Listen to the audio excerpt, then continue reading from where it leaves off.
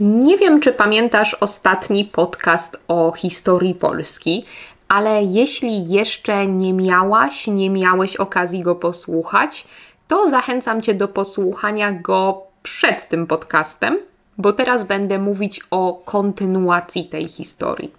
Wtedy mówiłam o początkach powstania Polski, a dzisiaj będę mówić o pewnej bardzo ważnej postaci w historii naszego kraju, mojego kraju, o pierwszym polskim królu. Czy wiesz już może, o kogo chodzi? Jeśli nie, to zaraz się tego dowiesz.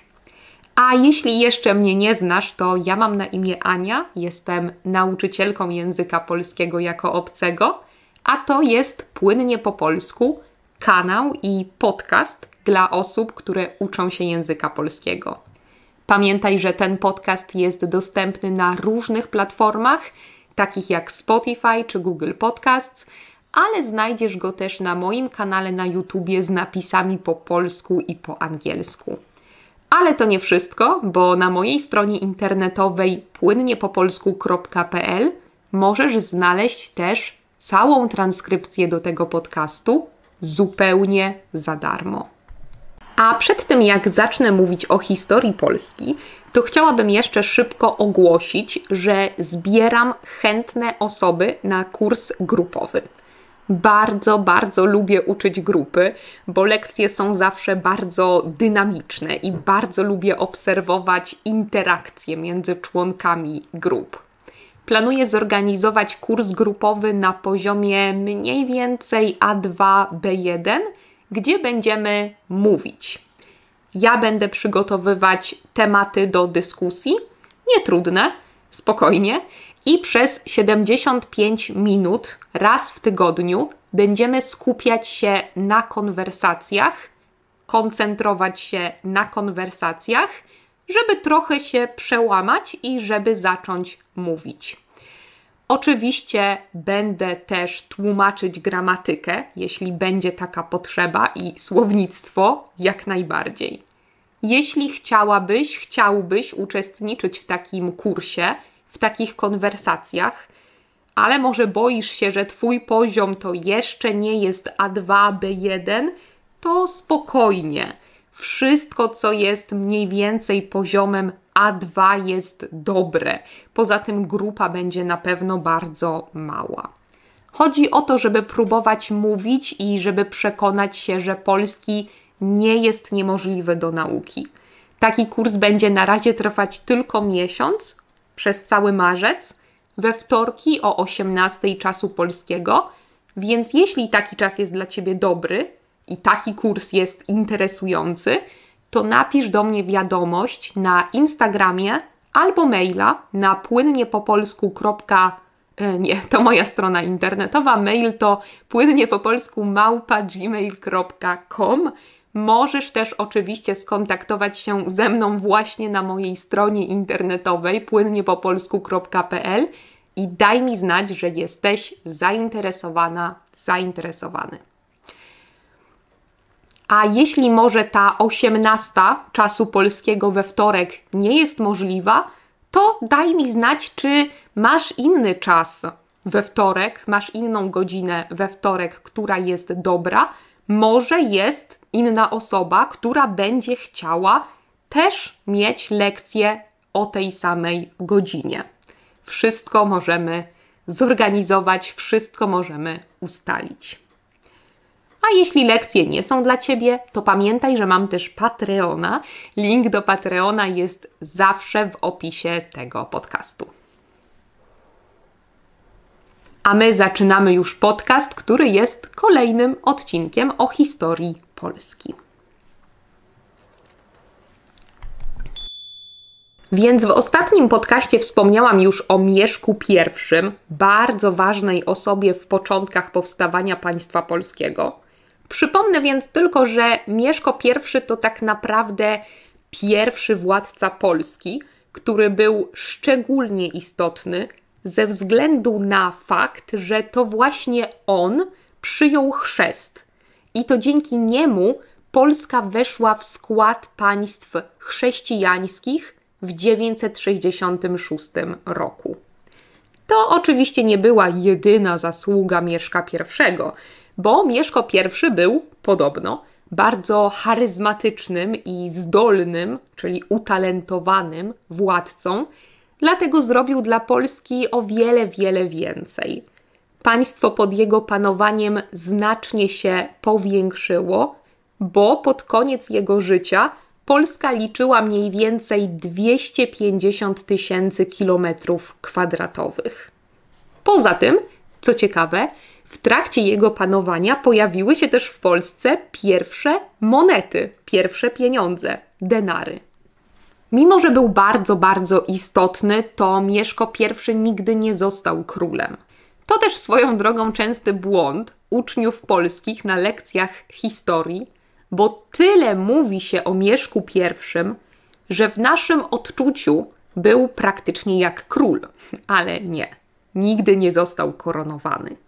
Koronowany został jednak jego najstarszy syn, Bolesław I Chrobry. Bolesław był dzieckiem z pierwszego małżeństwa Mieszka z Dobrawą.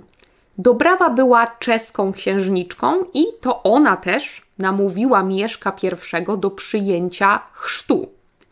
Prawdopodobnie, bo trudno mówić o pewności, gdy mówimy o X wieku. W każdym razie wiemy, że odegrała wtedy ważną rolę w przyjęciu chrztu przez Mieszka I, więc też jest ważną postacią w historii Polski. Po jej śmierci Mieszko I ponownie się ożenił i miał jeszcze inne dzieci. Mieszko I zmarł w 992 roku i prawdopodobnie został pochowany w Poznaniu, ale tego też nie wiemy na pewno. Tego, co zostało po jego ciele, nigdy nie odnaleziono. Po jego śmierci władzę przejął jego najstarszy syn, jak już mówiłam, syn Bolesław. Miał przydomek, czyli tak jakby pseudonim, Chrobry, więc mówimy, że to Bolesław I Chrobry.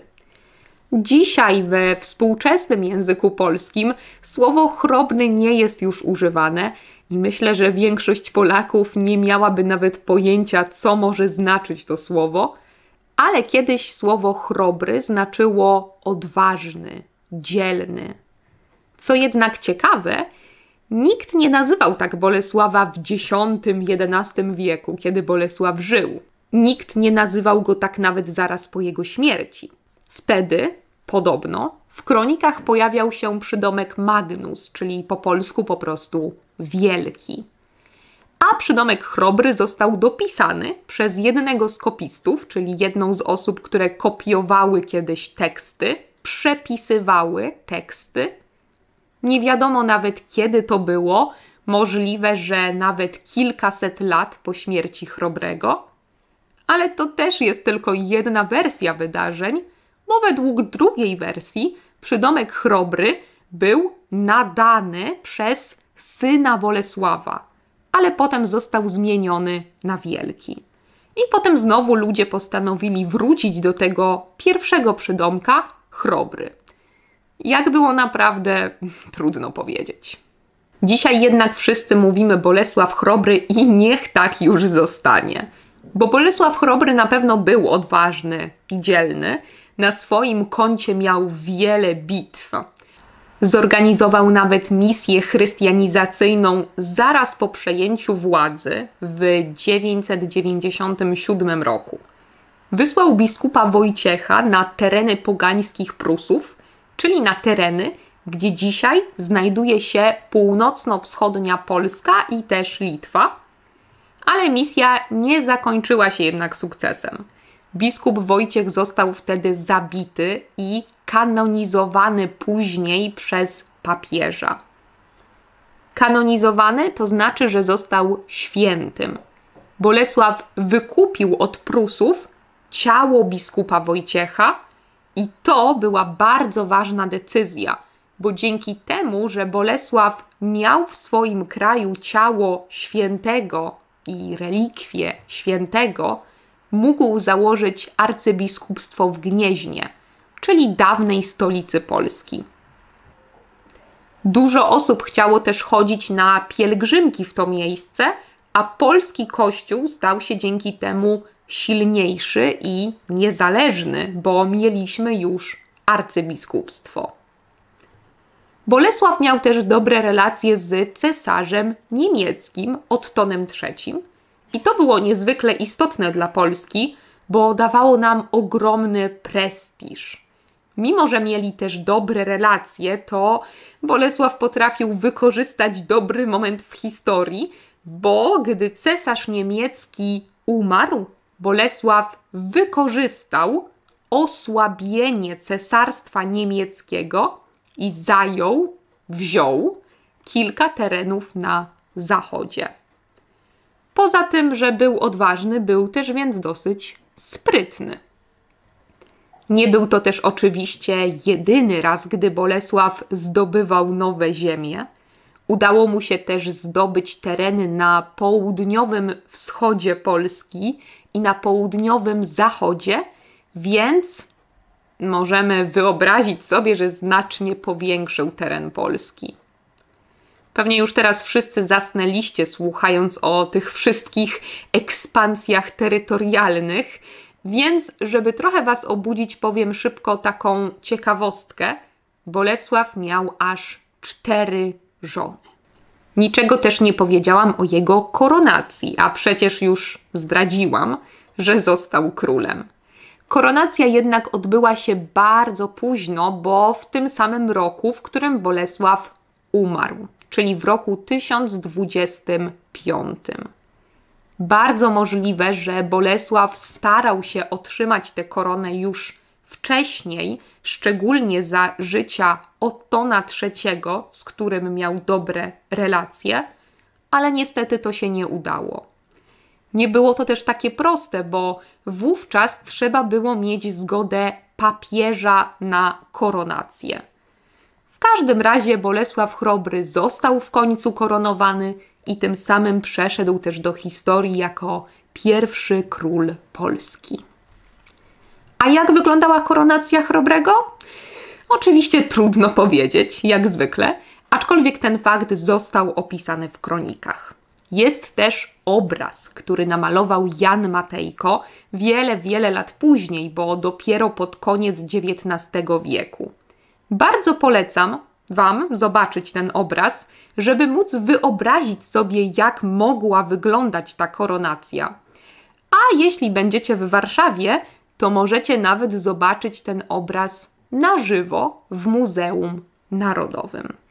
Wstęp bezpłatny na wystawy stałe jest we wtorki, tak na marginesie. Dzisiaj było trochę krócej chyba o tej historii, ale to też dlatego, że w podcaście jest bardzo dużo informacji i nie chcę Was przytłoczyć zbyt dużą ilością informacji. Jeśli macie jakieś pytania o słówka, bo słówka tutaj są dosyć specyficzne, to oczywiście pytajcie śmiało w komentarzach. A ja mam nadzieję, jak zwykle, że ten podcast był dla Was interesujący. Pamiętajcie o tym kursie grupowym. Bardzo chciałabym go zorganizować. Informacje o nim znajdziecie też na moim kanale na YouTubie i na Instagramie, ale możecie też pisać do mnie bezpośrednio. Bardzo chętnie odpowiem Wam na wszystkie Wasze pytania. Oczywiście poza tym kursem grupowym prowadzę też lekcje indywidualne, a oferta jest na mojej stronie internetowej płynniepopolsku.pl. A co do kursu grupowego jeszcze, to piszcie szybko, bo planuję zacząć go już w marcu, czyli 6 marca. Dajcie też oczywiście znać w komentarzu, czy ten odcinek o historii Polski się Wam podobał i czy macie ochotę dowiedzieć się, co stało się dalej po koronacji i po śmierci Bolesława Chrobrego, bo przecież oba te wydarzenia były w tym samym roku. Dziękuję Wam bardzo i do usłyszenia w kolejnym podcaście. Pa, pa!